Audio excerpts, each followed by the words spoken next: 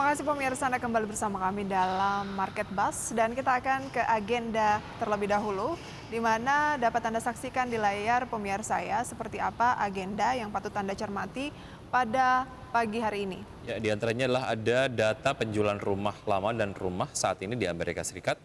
Kemudian untuk emiten ini ada PBSA, tanggal akhir perdagangan nominal lama, stock split.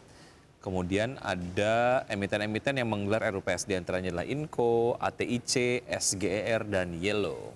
Itu dia untuk beberapa agenda yang patut Anda cermati untuk hari ini. Dan sudah terhubung melalui line Zoom bersama dengan Mas Kenci Putra Cahaya, yaitu Head of Business Development dari PT FACI Sekuritas Indonesia. Selamat pagi Mas Kenci. Apa kabar Mas? Selamat pagi Mbak Prisa, Mas Uki. Terima kasih sudah join bersama kami di Market Buzz. Mas Kenji, rupiah kita ke 14.836 untuk kurs dari JISDOR gitu ya, JISDOR Bank Indonesia. Bagaimana Anda melihat ini akan diterjemahkan oleh pelaku pasar khususnya untuk pasar saham Indonesia? Oke, kalau memang kita lihat memang terkoreksi, tapi kalau kita compare sebenarnya kalau rupiah dengan beberapa mata uang Asia lain regional, kita bicara seperti misalkan ringgit, yen, dan juga yuan, contohnya itu sebenarnya uh, rupiah cukup oke dalam arti menahan tekanan kenaikan dolar sendiri gitu. Jadi nggak separah apalagi ketika kemarin pasca pandemi.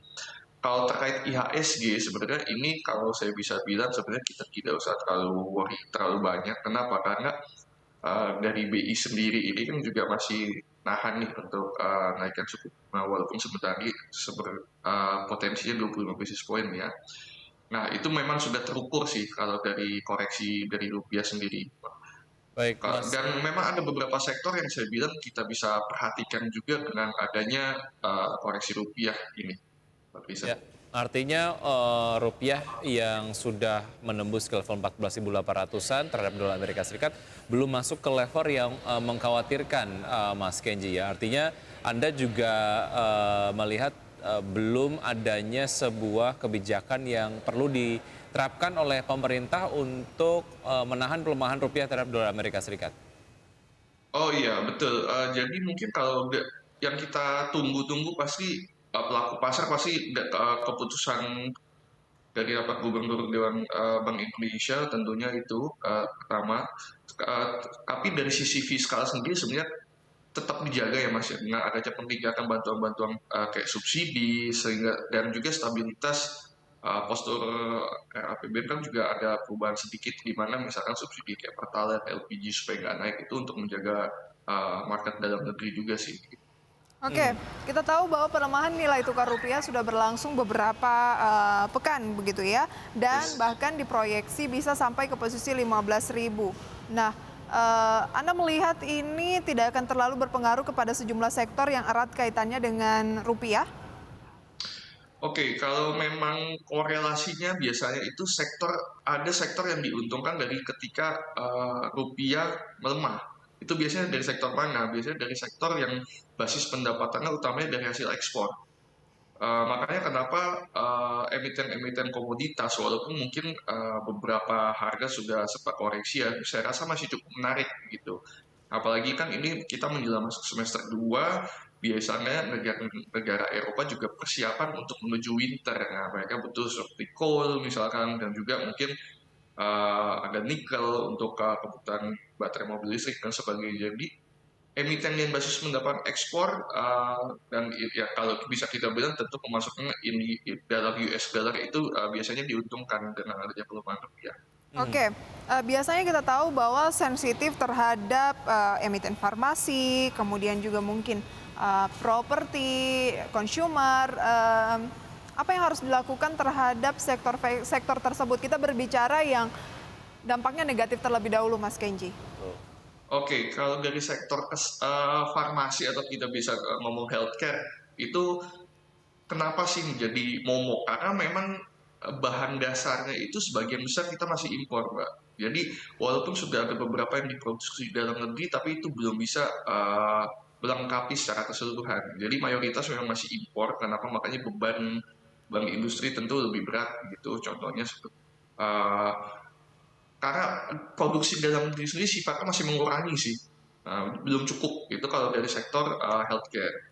Nah, kalau dari sektor consumer memang beberapa bahan baku, tidak semua itu kita impor, contohnya seperti gandum. Nah, itu kan biasanya tertekan yang emiten-emiten yang dari sektor consumer yang butuh bahan baku gandum. Tapi ada yang cukup menarik seperti contohnya kayak misalkan kayak Sido muncul itu dia ekspornya kuat. Jadi dari ekspor tolak angin dan juga bahan-bahan bakunya itu kayak jahe itu kan masih di dalam negeri masih dapat terakomodir untuk Oke. mencukupkan produksinya.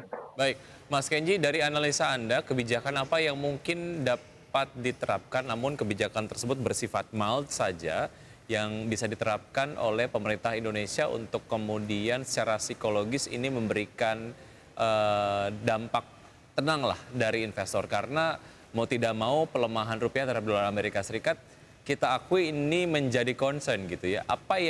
Kebijakan apa yang sifatnya mild, yang nggak terlalu intens gitu, yang bisa diterapkan oleh pemerintah menyikapi hal ini?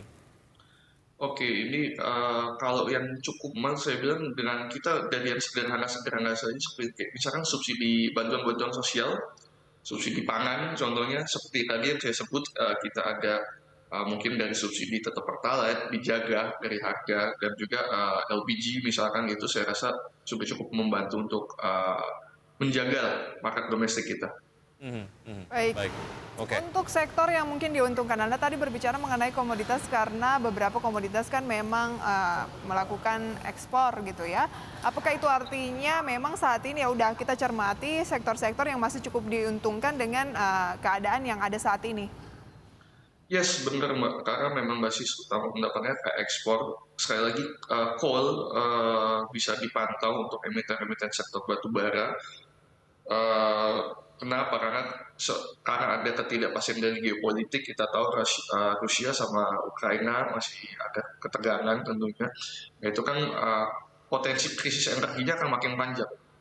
Nah, jadi kebutuhan akan bahan-bahan komoditas seperti batu bara, minyak dan gas, dan juga kalau dari sisi bisnis lain yang sedang in belakang waktu ini, 2 tahun ini nikel kebutuhannya itu akan terdongkrak Baik.